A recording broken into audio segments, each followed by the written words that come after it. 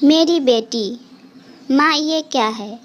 तुम हमेशा अपनी मेट के लिए यह साड़ियाँ बेंगल खरीदती रहती हो, वो भी महंगी से महंगी। कल भी खरीदी थी, बिना बता रही थी।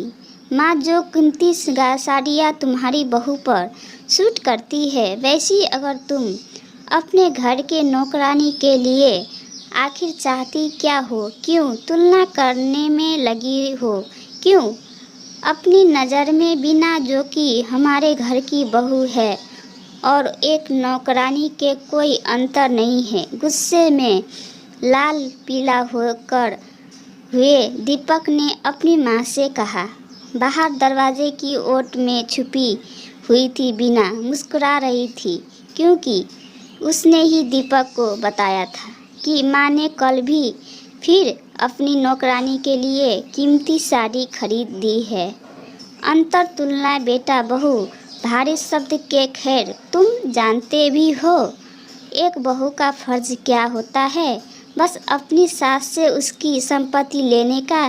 बेटा, मैं जो करती हूँ सोच समझ कर ही करती हूँ, और मैं तुम्हारे पैसों का नहीं बल्कि अपने स्वर्गीय पति के पैसे का सदुपयोग करती हूँ। सुधा गर्व से बोली।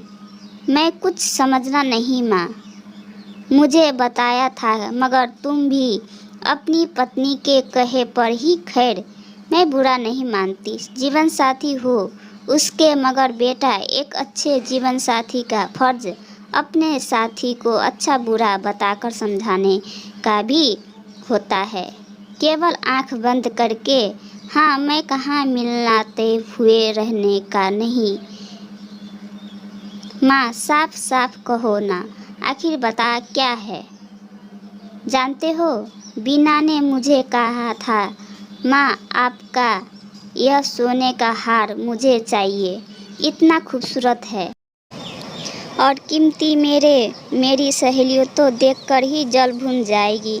इन्हों बड़े प्यार से दिया था मुझे, मेरे बाद यह सब ही किसका है? तेरा और बहू का। मैंने खुशी खुशी उसे दे दिया था। उस दिन तू भी था ना जब तेरे चेहरे में भाई की शादी में हम सब को जाना था। मेरे सिर दर्द हो रहा था, यह तुझे भी पता था, मगर तू तैयार होकर बाहर गाड़ी निकलकर हॉर्न बजाकर बहू को बुला रहा था, और बिना तैयार होकर बाहर आई तो मुझे बोली, निकल रही हूँ मम्मी जी, आप अपना ख्याल रखिएगा।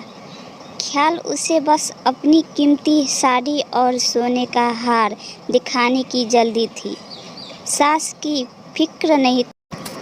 जाना तो हमें सबको था ना, क्योंकि रुककर मेरे सिर को प्यार से सहलाया नहीं जा सकता था। मुझे डॉक्टर के पास पहले लेकर जाया नहीं जा सकता था, मगर तुम्हें अपने स्टेज मोटेस करना का ज़रूरी था। शादी में दोनों को ही जाना था। मेरी हालत ऐसी नहीं थी कि मैं उठकर खाना बना पाती।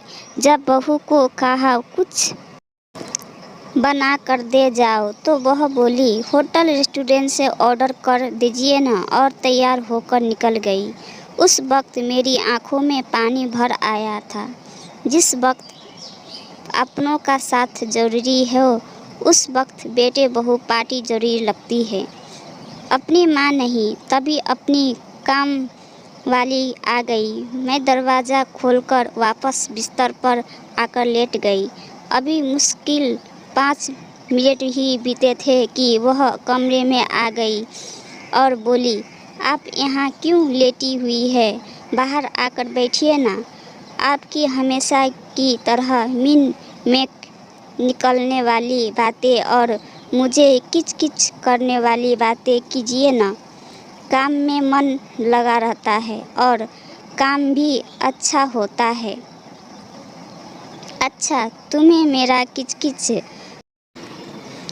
करना बुरा नहीं लगता? नहीं माँ जी, बल्कि मुझे तो बहुत खुशी होती है। मेरी माँ बचपन में मुझे ऐसे ही टोकती रहती थी और उनकी डांट खाने के लिए अक्सर कुछ न कुछ गलतियाँ करती रहती थी। बाद में हम और माँ बेटी मिल खिलखिलाकर हंसती थी। मुझे तो आप में अपनी माँ की छवि दिखाई देती है। अरे चलिए ना।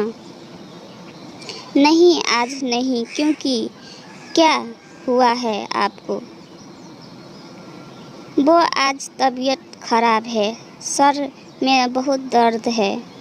जब मैं कहा तो वह बोली, अरे तो पहले बताना चाहिए था ना। रुकिए, हम कहकर वह तेज़ी से रसोई में गई और जब वह वापस आई तो उसके हाथों में तेल की कटोरी थी। मेरे सिर में मालिश करनी और सिर दबाने हुए सहलाते थी। उस वक्त बहुत सुकून मिला था। फिर उसने पूछा, मैं कुछ खाएं? मैंने कहा अभी बनाना है। तो रसोई घर में गई और झटपट खिचड़ी बनाकर ले आई। उस वक्त मुझे बहुत ही बात याद आ रही थी। माँ ने आपकी बहू नहीं बेटी हूँ, बेटी जो आपका को दर्द में छोड़कर बाहर पार्टी के लिए निकल गई और वही एक दूसरी और हमारे घर के काम करने वाली एक गरीब घर की लड़की जिसे मैं हमेशा डांटती रहती थी, वह मेरी देखभाल कर रही थी। मुझे अपनी माँ का समझती थी तो मैंने उसे वक्त तय कर दिया था। आज से वह मेरी बेटी है और हर माँ अपनी बेटी को कुछ न कुछ देती है। और हाँ, बहू को बता देना आगे से कि अपनी तुलना मेरी बेटी से मत करना, कहकर सुधा जी टीवी चलाकर देखने लगी। वही दीपक कमरे में से बाहर दरवाजे से ओट में छुपी हुई अपनी पत्नी को बीना को देखते हुए बाहर निकल आया। दोनों एक दूसरे को देखकर शर्मिंदगी से यहाँ वहाँ देखते हुए अलग अलग कोने में चले गए।